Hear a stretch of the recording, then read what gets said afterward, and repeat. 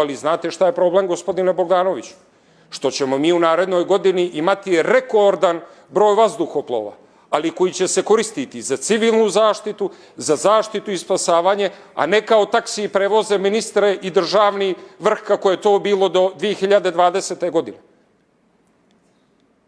Što će se koristiti za civilnu zaštitu i gašanje požara, a ne za dovođenje pjevačica u gluvo doba noći sa regionalnog tržišta kako bi novce pjevale državnom vrhu u bašti današnjeg hotela Hilton, nekadašnjeg hotela Podgorica.